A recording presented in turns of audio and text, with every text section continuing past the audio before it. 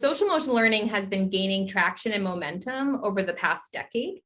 And so, although Castle put SEL on the map in 1994, there was a pivotal paper by Durlak and colleagues in 2011 that showed the academic and social gains for students when engaging in SEL that really set a trajectory forward, where it started to become increasingly in state standards around the countries. And now we're in more than half and nearly all, actually, I should say at this point, or it was more than half and now nearly all states do have an SEL standard, at least at the primary level.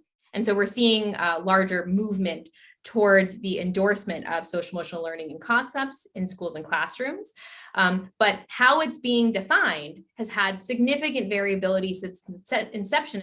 Character education programs and moral education and positive youth development. And there's been so many different kind of terms that have been used when thinking about social emotional learning. And so it's not really new to the table or new to the conversation, but rather the ways in which we have framed it have evolved over time. And frankly, that framing has come with benefits and disadvantages. And so in some ways, it has helped to support the active inclusion of emotion and social science as being a part of our students' school experiences, and a necessary and critical one for that matter.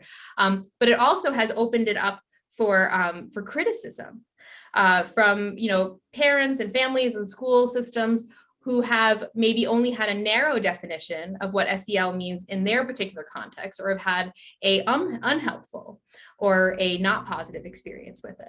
And so there's a lot of room there. It's a lot of room for kind of reconciliation and growth.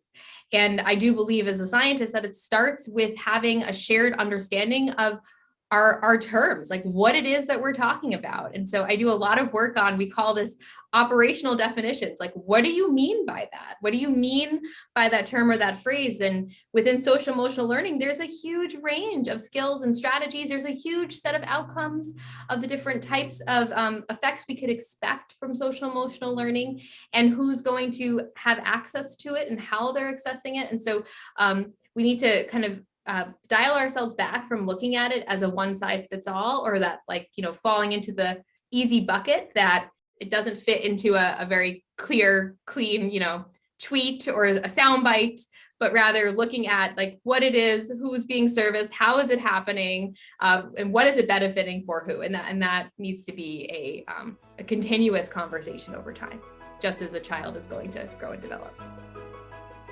For more information about social and emotional learning, please visit readingrockets.org. This project was made possible by a partnership between the National Education Association and WETA.